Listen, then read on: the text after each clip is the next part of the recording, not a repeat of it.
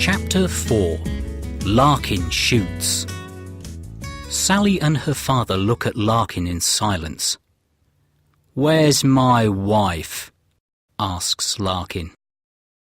"In my dad's bedroom," Sally replies. "She's unconscious, but apart from that she's okay. Oh, and I've tied her up." "And Brutus?" asks Larkin. "I hope you haven't injured Brutus." "No, of course not," says Sally. "He's locked in my bedroom." "You're not just an attractive woman, are you?" continues Larkin. "I really have underestimated you. Unfortunately for you, I now have the pistol, and I won't make the same mistake twice." "What are you going to do with us?" asks Sally. "He's going to kill us," answers D.I. Rush.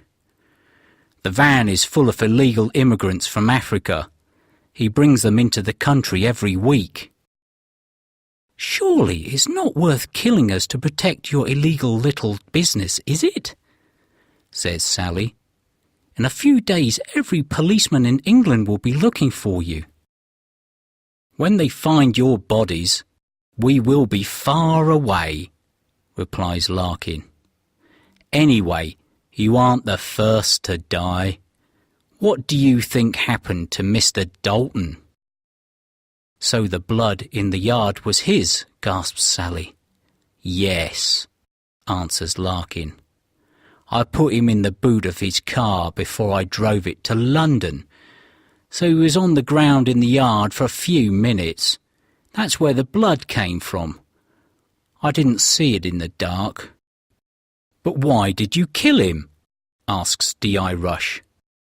"I can't stand around here all night talking," growls Larkin. "There's work to be done. That's your last question, Mr. Rush. Dalton was our partner. He looked after the immigrants when they arrived in London. He found jobs and rooms for them. Then they had to pay him all the money that they earned. He was richer than we were. A few days ago, Brenda and I decided that we wanted to stop bringing in the immigrants. We're quite rich now and want to enjoy our money. Dalton wanted us to continue, but we said that we were leaving. He came here to try to convince us to stay. He even brought a pistol to help convince us." Larkin laughs and waves the pistol around. "This pistol, in fact, when he threatened me with it, we struggled and I took it from him. Then I shot him. I knew he would always be a danger for us if I left him alive." He pauses a moment and then adds, "So you see, I'm already a murderer. I have no choice. I have to kill you both." "You won't get away with it," cries D.I. Rush. "I think I will. Now, Miss Rush, please lie on the floor and put your arms behind your back. I need to tie your hands together." Without taking his eyes from Sally, he goes to the wall of the barn and gets some wire. He returns to stand in front of her, the wire in one hand and the pistol in the other. Sally laughs. "Do you think I'm going to make it easy for you? There are several things you don't know about me, Mr. Larkin. Firstly, I don't like someone telling me what to do. I am very stubborn. If you don't believe me, ask my dad." The inspector sits there with his mouth open. He cannot believe how calm his daughter is. She's going to die, and she is talking to Larkin as though they are discussing the weather. Larkin points the pistol at the inspector. "Either you do as I say, or your father gets the first bullet," he says. "That's the second thing you don't know about me," answers Sally. "I hate guns. I would like to see them all destroyed." "Just be quiet and lie on the floor," replies Larkin impatiently.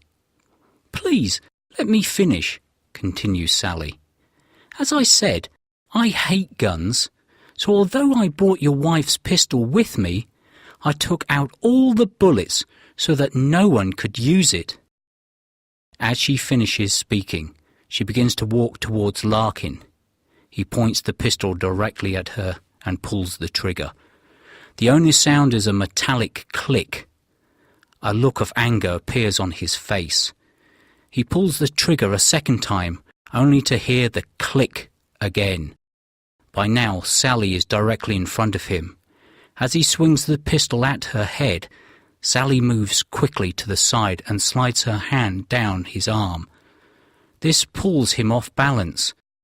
She then begins to turn, and as she does, she takes hold of his wrist with one hand and grabs his head with the other. She pulls it against her shoulder and continues to turn. Larkin swears. He cannot believe this is happening. He really has underestimated her. She pushes his head towards the floor, and he tries to stand up. Suddenly, she's pushing him in the same direction. He is upright for only a second before he falls backwards. Sally's arm and body pushing him down. He hits the floor and the air is knocked out of his body. Sally still holds his wrist, and now she uses his arm to turn him over so that he is facing the floor. She picks up the wire that has fallen from his hand during the struggle and quickly uses it to tie his hands together. Then she stands up and breathes deeply. "Are you okay, Sally?" asks the inspector. "I'm fine, Dad," she replies. "Are you all right?" "Apart from a bit of a headache, I've never felt better," he replies. "I always knew that I had an amazing daughter," he continues. "But until tonight, I never knew how amazing you really are. I'm so happy now that I paid for your Aikido courses." "And I'm so happy that I took the bullets out of the pistol," replies Sally, and smiles at her father.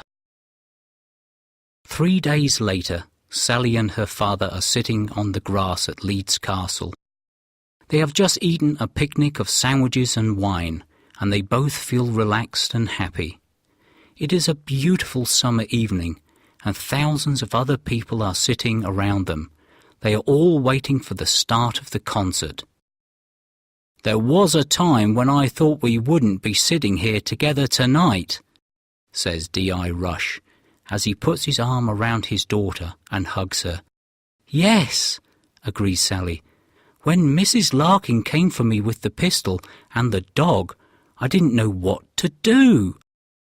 It is a good thing that she didn't send Brutus in first. I think everything would have ended differently. Anyway, now that they are in prison, we can relax. I suppose that we'll have to come back to Kent when they appear in court." "Yes," answers her father. "That won't be for several weeks yet, though. The police have a lot of work to do before that. They told me that they have found Dalton's body in his car in London, just as Larkin said. The pistol will have to be checked to see if it fired the bullet that killed him.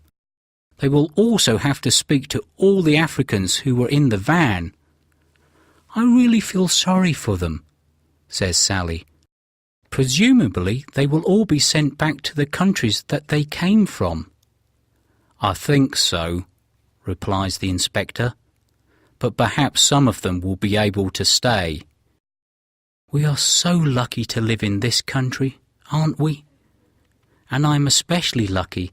I have such a good life here," says Sally as she hugs her father. "And I have people who love me." "Indeed you do, Sally," says her father and smiles. "Indeed you do."